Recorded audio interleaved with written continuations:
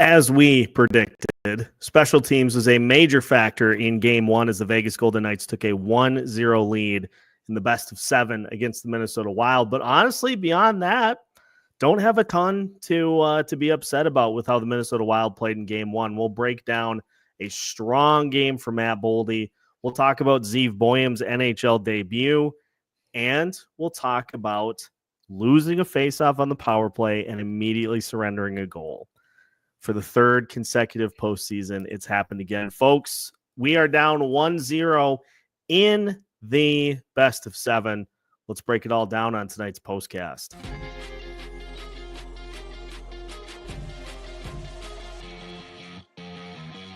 You are Locked On Wild Postcast, part of Locked On Minnesota on the Locked On Podcast Network. Your team every day.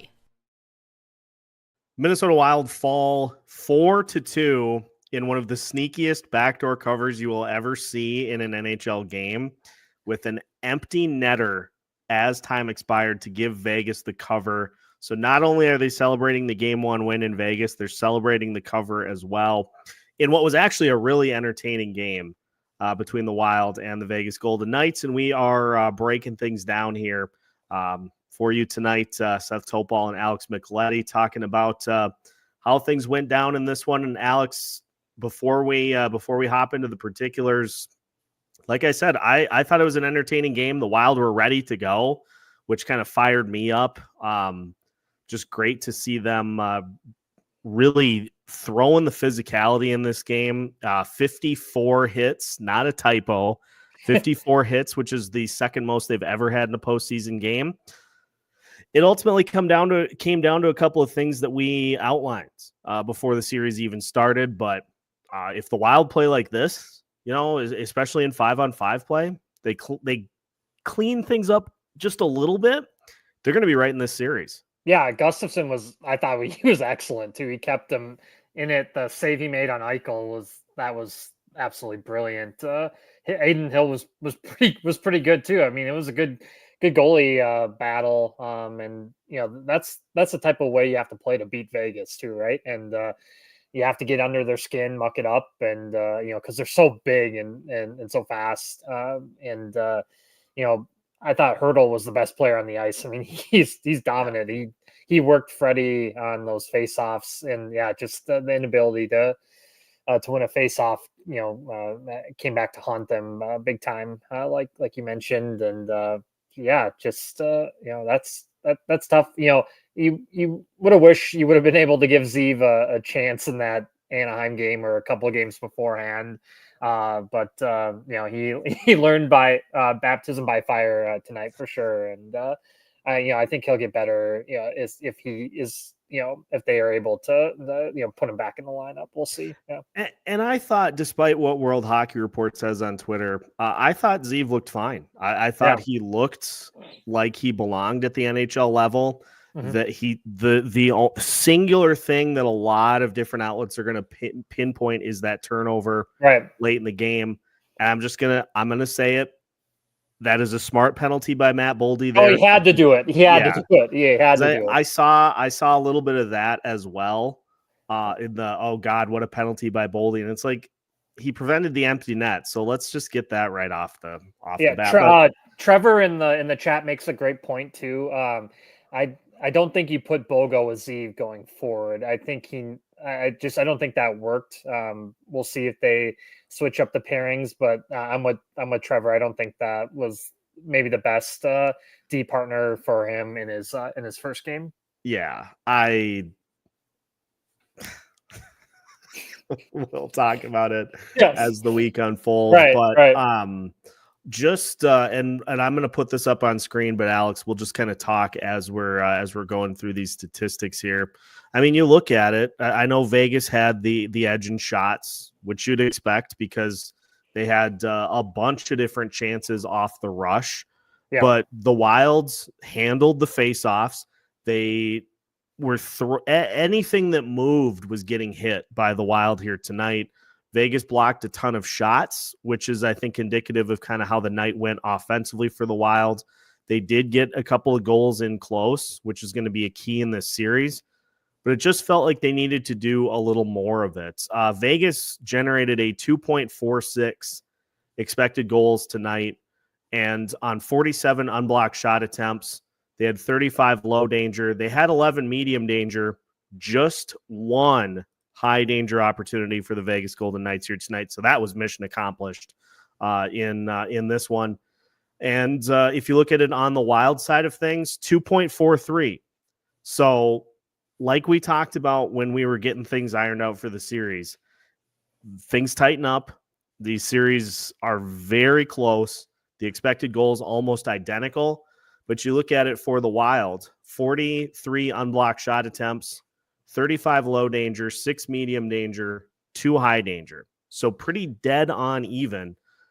It came down to special teams. And Joel Eriksson Ek gets called for the high sticking penalty.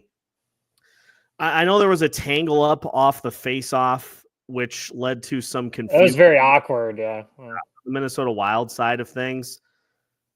But it's the same sort of power play that we have seen from opponents for the Wilds for a long time now. Is teams know if you can get a quick shot off the face-off, you can likely score on this power play. And Dorofeyev just kind of floats. He floats along the entirety of the zone, gets to the left side face-off circle, and by the time Middleton is able to get there to try to get a hand on him, it's way too late. No chance. That's the difference. That's the difference in the game. Yeah. Meanwhile, on the Wild side of things, you just have this kind of perimeter tightrope walk. You don't get any shots on goal until the very end by Jared Spurgeon. Right. That's not going to get it done. No. And I told you this off air, but how nice is it? Vegas actually has a real fourth line, and I pointed it out on Twitter earlier in the day. I was like, their fourth line is combined for 50 goals. When I looked that up, I couldn't believe it. I was shocked. And Howden gets 2 tonight. And Roy almost scored there late in the third. It was a brilliant save by Gus. Roy had that backhand. But yeah, I mean, they were right there. And Kirill, he was that pass he made to Boldy was just insane. And you pointed this out too. If they can get Adin Hill to move laterally, that's where you can get goals on him. And we saw that with that goal, and then the wraparound too. But they were right in there. I mean, and it's just as we've seen through past postseasons, it's the penalty kill. I mean, and then you combine that with the face-off. It's just a deadly combo to not execute on. And Bruce Cassidy, I think he's one of the best coaches in the league. Boston's fired 2 coaches now that should have never gotten fired. Bruce and Jim Montgomery. And still the same management is still going with the Bruins. So that tells you a lot. Couple of other bright spots. I fully agree with you. I thought Gus was really good in this game, especially early on. I don't really put that power play goal on him. That's just a rocket shot by Vegas. No chance. No chance. This is the Matt Boldy we need. I'm going to say that right now. This is the Matt Boldy that we need in this series. He was looked great like Four tonight. Nations Boldy. Yep, he was great tonight. He was attacking the net. That goal that he scored on Adin Hill, the first one, was disgusting. And then he takes advantage by just being in the right place at the right time on the corner to get that second goal. So Boldy was great. I want to that first goal that Gustavsson gave up to Hurdle. Mm-hmm. What do you think the percentages on that goal are? Because it was like this big of an area. Yeah, it was a rocket. Yeah, I mean the whole sequence was weird. Faber kind of misjudges it there, the puck, and then it was a rocket shot. I mean, tough one to give. You saw that goal coming by Vegas. I mean, their forecheck was starting to get a little relentless, and Hurdle's just a beast. I still can't believe San Jose just is like, here, Vegas, we'll not only trade our best forward, but we'll give them to a team in the division. So that made 0 sense by San Jose, and that's why they're up for the first pick again. But that it was just a perfect shot, I thought, by Hertl. I think B is right here. He says less than 1%. He says one shot out of 250 in that exact same spot go in. It's like that is just preposterously unlucky play. There's a lot to talk about. There's a lot to recap, which is going to be part of the episode tomorrow. We might even do 2. We'll see.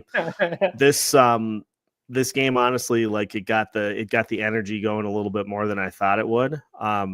So we'll have plenty of recap for you coming up tomorrow here as well. But on the flip side of things, JMG wanting to know, what did you think of Brock Faber's play tonight? Yeah, I mean, other than the misjudging that first goal, he didn't really stand out. I don't think he made many more mistakes after that. Now he's on the second power play unit, so we're not going to see him, unless they take Zeev out of the lineup. But I didn't really notice the decor that they didn't get much involved. So they're going to need to get more involved if they want to, win the series. Yeah, it's another situation where I think Faber's play is going to be remembered exclusively by having the puck knocked off his stick by Hertl on that goal. Yeah. Postseason turnovers and things along that line are magnified. Now, big time. First period, Wilds were up to the task. They did a great job they were really giving it to Vegas there in that first period. Mm-hmm. In the second, it felt like they got a little loose with the puck, which led to a ton of rush chances for the Golden Knights, where they needed Filip Gustavsson to really had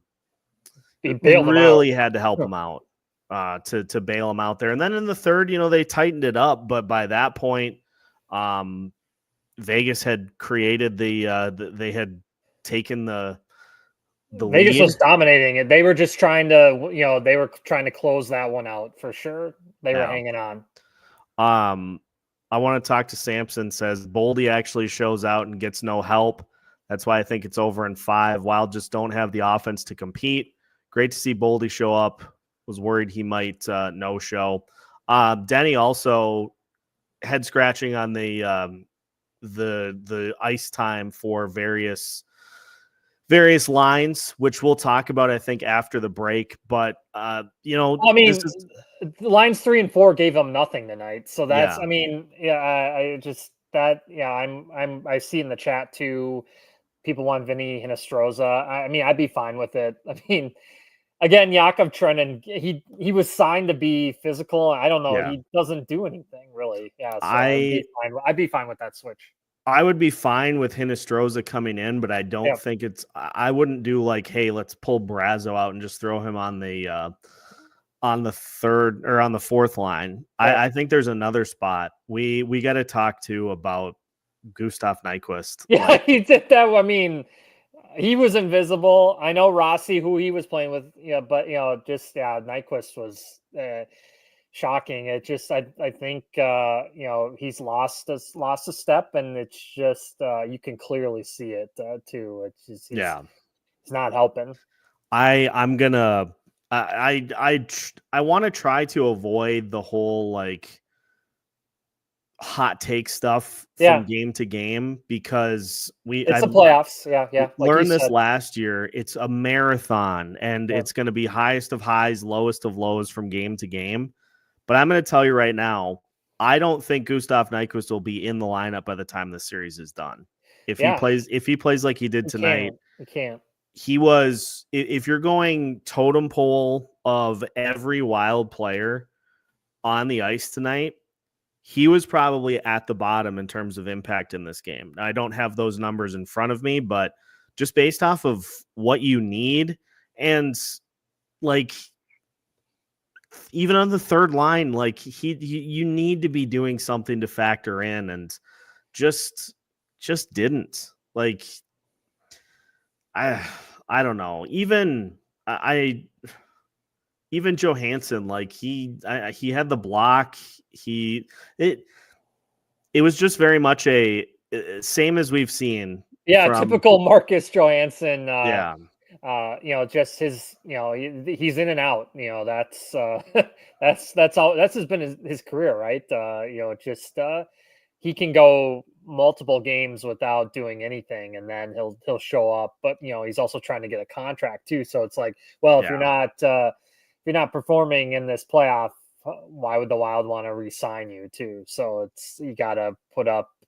When this is how you get paid, is how you play in the playoffs too. Yeah, exactly.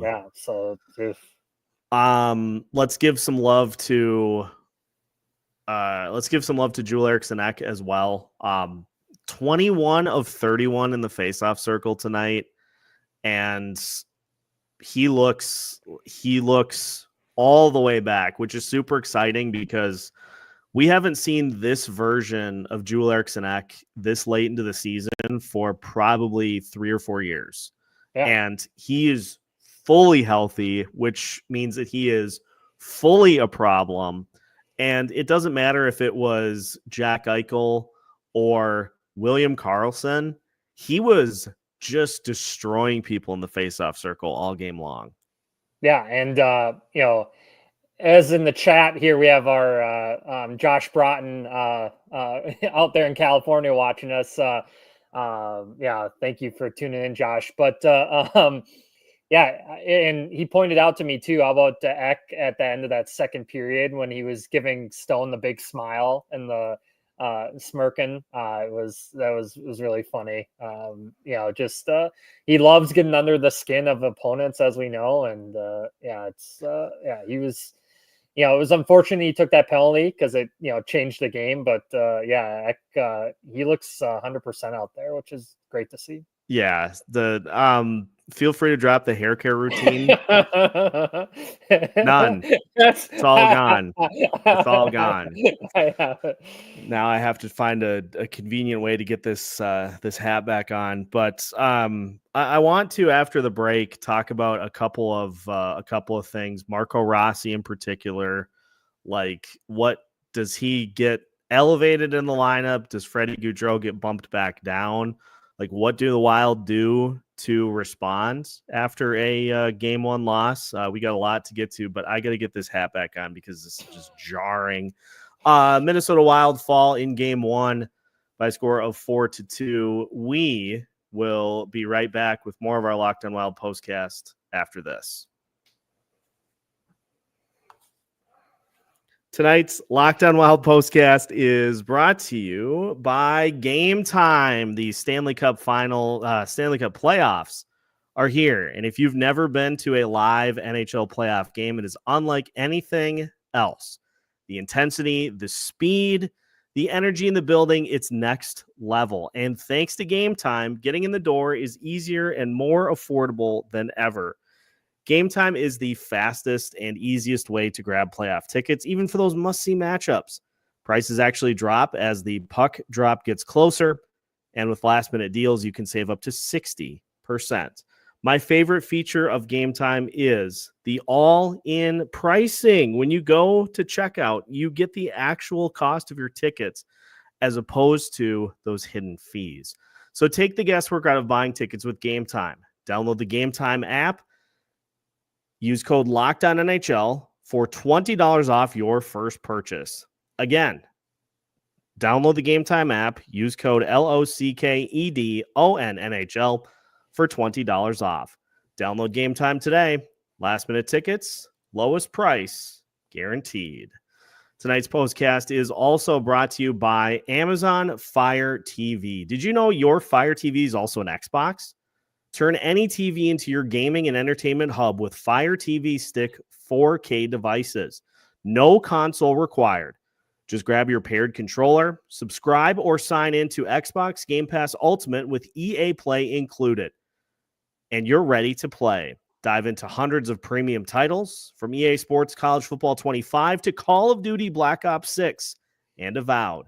As easy as you stream your favorite shows, it's gaming made simple, and it's all on your Fire TV. So head to Amazon.com/Fire TV Locked On to get started. Game Pass Ultimate subscription and compatible controller required.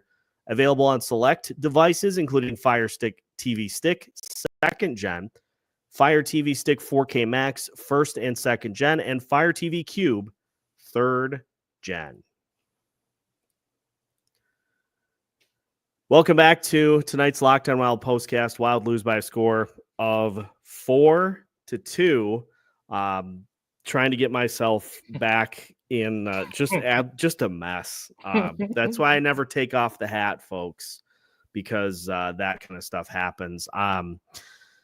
Just some things to tweak and adjust here, moving from game 1 to game 2 is, I think the Wild need to be they need to be tighter with the puck, number one, because we know this Vegas Golden Knights offense, they're going to try to push things with transition, rush chances, breakouts, had a couple of those tonight.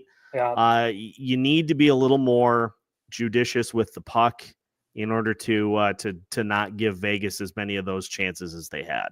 100%. And I was like, here we go, Wild killer Brandon Saad. I was like, oh man, when he had that breakaway, I was like, oh, here we go. But thinking the Irons saved the day. But yeah, they're Vegas is a team, especially at home too. They are just waiting for you to make a mistake and pounce on it, and they usually score. And a couple times they Wild got lucky, and Gus made some great saves as well. But they can't be loosey goosey with the puck, and they got to keep playing a hard game and keep hitting. They had the game plan, right? They had the game plan, and it just a couple mistakes did them in, and when you get a power play, you have to answer on it, and they didn't, then Vegas did, and that's the difference in the game, as we talked about and mentioned. So Gary put in there, are they focusing too much on hitting? I don't think so, because that's playoff hockey is different than regular season hockey, as we all know. And that's how you're going to win is doing that to Vegas, because you have to. I mean, Vegas clearly is bigger and stronger, and so, but you still have to try to slow them down by giving them the body, and trying to work your way in the middle of the ice. It's going to be a dogfight for the Wild to do that against. They have some trees back there. Haig was being physical. He should have got a penalty on the play behind the net, just cross-checking Hartman to the face. And someone mentioned to me on X too, maybe it's Hartman's reputation for not getting a call. Maybe that could be a part of it, but he's still got to call that one. I thought that was pretty egregious. I liked how ESPN too, the rules expert, pointed to Dave Jackson. He's a waste.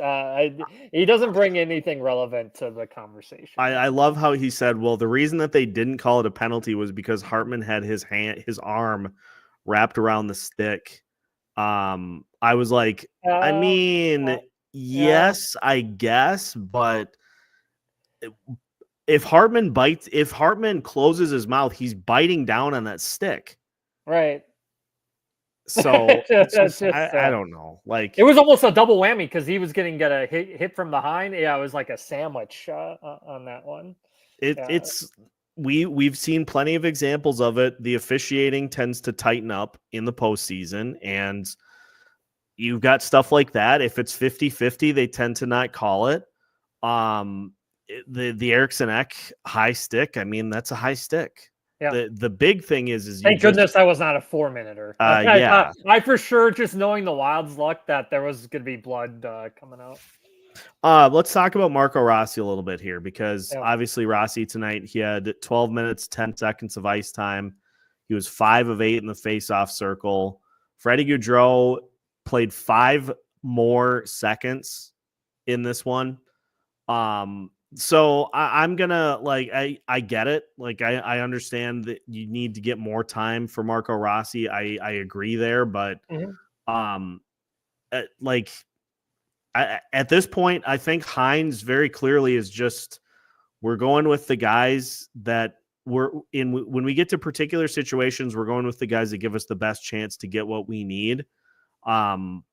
Ryan Hartman tonight, he was all over the place. He got nearly decapitated 3 or 4 different times. But again, it's not like he had 2 more minutes than Rossi did. So the players that had the most minutes tonight for the Wild, Boldy had 22. Boldy played great, so you want him on the ice. He was going. He was buzzing, yeah. Eck played great tonight. He played 21 minutes. Kirill played 21 minutes, 57 seconds. You want him on the ice. Yeah. Like, I fully understand. I mean, maybe you take some away from the second line. Zuccarello had 19. Johansson had 17. Zuccarello got rocked tonight, too. Do you see the hit that he took? I cannot believe he got up from that. That was insane. And so, your forwards on that second line played a bit, but the minutes were your top guys and then everybody else. And unless other players step up to provide some sort of a scoring punch, this is what you're going to see all series. Because at the end of the day, it's easy to defend, right? Too. John Hines needs goals. Yeah. And if players aren't providing goals, you got to go to the guys that are. And that is another reason why the Wild lost tonight, because they had one line that was going. Right. And that's, I feel like it's the same movie in the past couple of postseasons. Just one line going. And then, with how well Vegas plays defensively, especially their forwards too. I mean, William Karlsson, I mean, their third and fourth lines are just, they have so much depth. It's insane. That's what overwhelms teams. It was the same thing last year in the playoffs when they were, playing Dallas. I remember watching that series, and it's just and Dallas is pretty deep, but they just had even more than Dallas. So they're doing it again now to the Wild. Sean, is Nyquist bad now? I think he just, I'm going to use the Monstars took his talent. Yeah, I'm going to use the analogy of Nyquist is a nice piece of roast beef that you had in the slow cooker and you forgot about, and now it's just dry. It's inedible. This is on the pro scouting staff too, because these pro scouts are watching the other teams the entire season, and Nyquist was not having I know the Predators were having an awful season, but he was like a minus 20 with the Predators. And so I know plus minus, everybody doesn't like to use it, but I mean, it was clearly something. And, he clearly has lost a step too. And to give up a second round pick for him is just that has to, Judd Brackett's just got to be like, oh, yeah, no. He is gritting his teeth at the thought of that. I want to go to this from Britt, because again, it's going to be a long series. There is going to be ups and downs, and it's highest of highs, lowest of lows. At the end of the day, Vegas did not blow the Wild out. No. Last second empty netter, the most backdoor cover you will ever see in your life. Insane. 3-2 if the Wild score on the power play, and couple of tweaks on the on just handling the puck. Yeah. And they're right in this. Yeah, I've really felt too on the Hoden goal, his first one, not the miracle goal.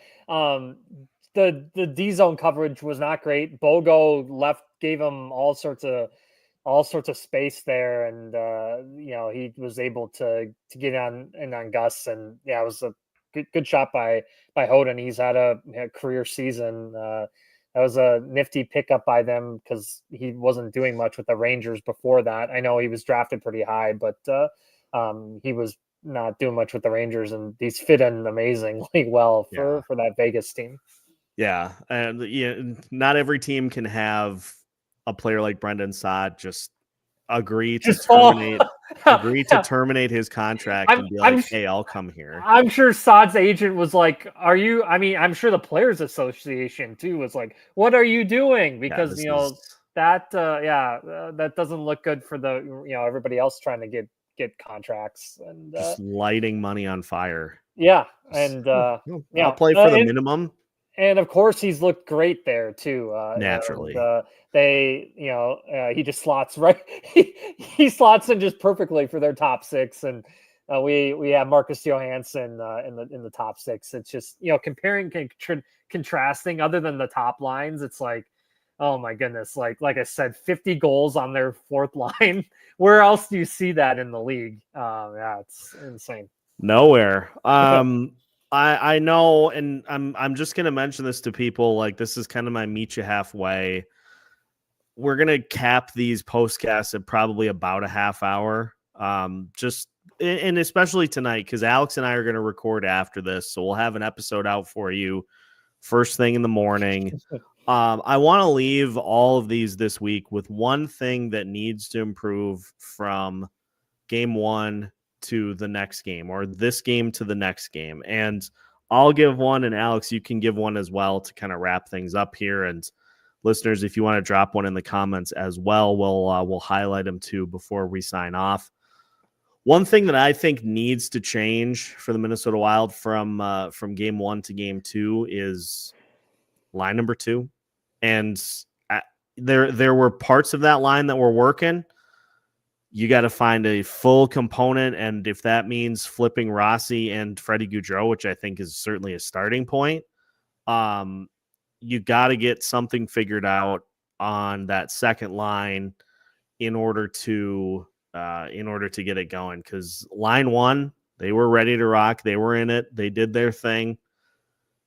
Somebody else needs to step in to help, and line two is the first spot you look. Yeah, 100%. I also think they need something from the third and fourth lines. Vegas got it tonight, so that would be nice to show some life there. I'm with Clinton too. Clinton in the chat says Kirill needs to shoot the puck more. I mean, he's been a great distributor. Now maybe this is the rust still, but I mean he's made some phenomenal passes, and they just they need their depth guys to step up. It would be nice to see it would be nice to see Marco Rossi. Maybe if he had some different line mates, I get it. But that's how they're gonna. They need their depth guys to step up. And faceoffs is huge. I know Eck was great tonight, but in those crucial moments, that's how they lost the game. Yeah, thank you for possession. That is a good distinction, because losing that faceoff, I know it was a scrum, but losing that faceoff on the power play, allowing Vegas to get set up, changed the game. Yeah. And also, you have that scrum there on that power play. The good teams take advantage of stuff like that. Like you have a miscommunication, you have a couple of players get scrambled. Good teams take advantage, and it was a 1-goal game up until the final seconds, and that's what it came down to, just like we said it would in highlighting the series when we got going. Talked about the need to keep Vegas off the power play, win faceoffs while you were on the penalty kill, and both of those things came together, and that's the difference. You're not in any sort of panic situation in a series until you lose a game at home. And the Wild's heavy underdogs in this series, considering all of that, I thought they played pretty dang good against Vegas, but there are some things that need to be tightened up heading into game two. Yeah, and like we talked about in the preview of the series, Vegas down the middle. You go Eichel into Hurdle, into William Karlsson, and into Nick Roy.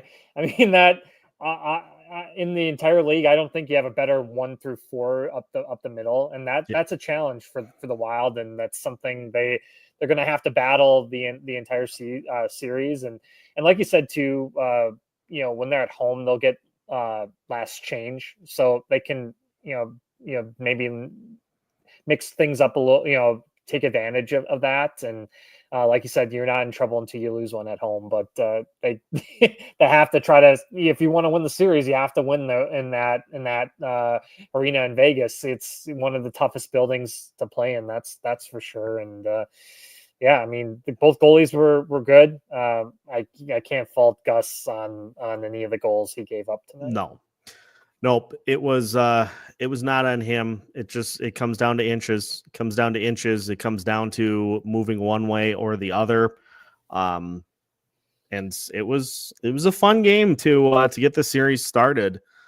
Of course, we'll have you covered. We'll have Alex and I will be recording here once we sign off for tomorrow's episode, recapping the series further. And we're also we got to talk about the rest of the series going on. Have not done any sort of coverage of the rest of the NHL playoffs, which turns out there are a lot of games going on. Good start to the playoffs for sure. So we'll talk about that, as well as just some recap from this series, gearing up for game 2. I'll have some of John Hines' comments, and we're gonna do a little dive into the details, I'm calling it. The keys that led to Vegas being able to take this one, and things to watch for in game 2. So appreciate everybody tuning in here tonight. Thank you for hopping in for the postcast, and I'm going to get some sleep, and we'll catch you tomorrow here on Locked On Wild. Wild fall by a score of 4-2. Sneaky backdoor cover by the Vegas Golden Knights. We'll catch you for game 2.